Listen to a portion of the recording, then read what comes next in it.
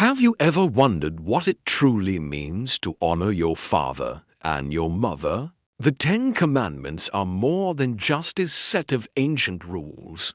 They are a guide for a blessed and fulfilling life. Today, we're diving deep into the Fifth Commandment, a principle that bridges our relationship with God and our relationships with others. It says, "Honor your father and your mother, that your days may be long in the land that the Lord your God is giving you." So, what does honor really mean? It's not just about simple obedience, especially as we grow into adults. The original Hebrew word for honor, kabed, means to give weight, to treat someone as significant and worthy of respect. It's about recognizing the unique role our parents have played in our lives. They are the instruments God used to bring us into this world. Honoring them is a way of honoring God's design and the gift of life itself. This honor isn't conditional on our parents being perfect. No parent is. We all know that families can be complex and sometimes difficult. But the commandment remains. It calls us to show respect in our words and actions, to speak well of them, and to value their wisdom and experience. For a young child, this might mean obedience and listening. For a teenager, it could mean showing respect even when you disagree. As adults, the way we honor our parents evolves. It might mean seeking their counsel, even if we ultimately make our own decisions. It involves caring for them in their old age, just as they cared for us when we were helpless. Think about it. Our society often glorifies youth and discards the elderly, but this commandment calls us to a higher standard. We are called to ensure our parents are cared for, supported, and never made to feel like a burden.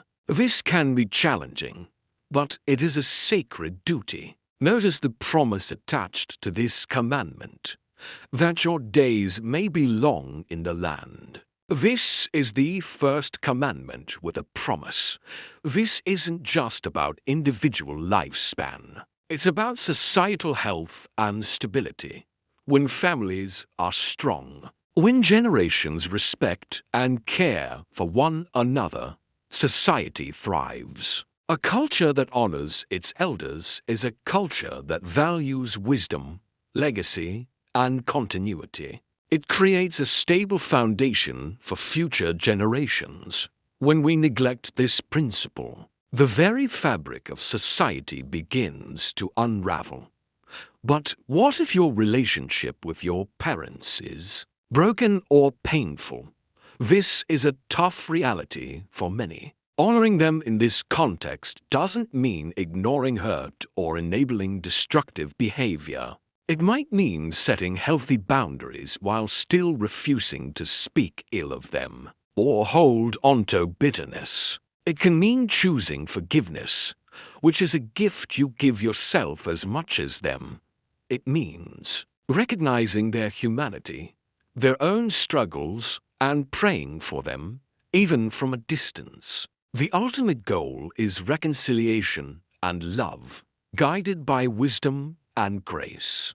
Jesus himself set the perfect example. Even while on the cross, in his final moments of agony, he made sure his mother, Mary, would be cared for. He looked at his disciple John and said, "Behold, your mother," and to Mary, "Behold, your son." In the midst of saving all of humanity, he took a moment to honor his mother. This powerful act shows us the deep importance of this commandment. So, how can we apply this in our lives today? Start small. Call your parents. Ask them about their day and really listen. Tell them you appreciate them. If they have passed away, Honor their memory by living a life that would make them proud and by sharing the good lessons they taught you. If your relationship is strained,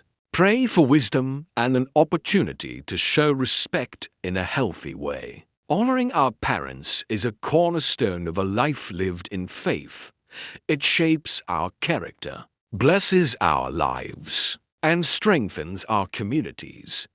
It's a beautiful command that teaches us about love, respect, and the enduring power of family. Thank you so much for joining me today to explore the depth of this timeless principle. If this message resonated with you, please like, share, and subscribe for more content that explores the richness of faith. See you next time.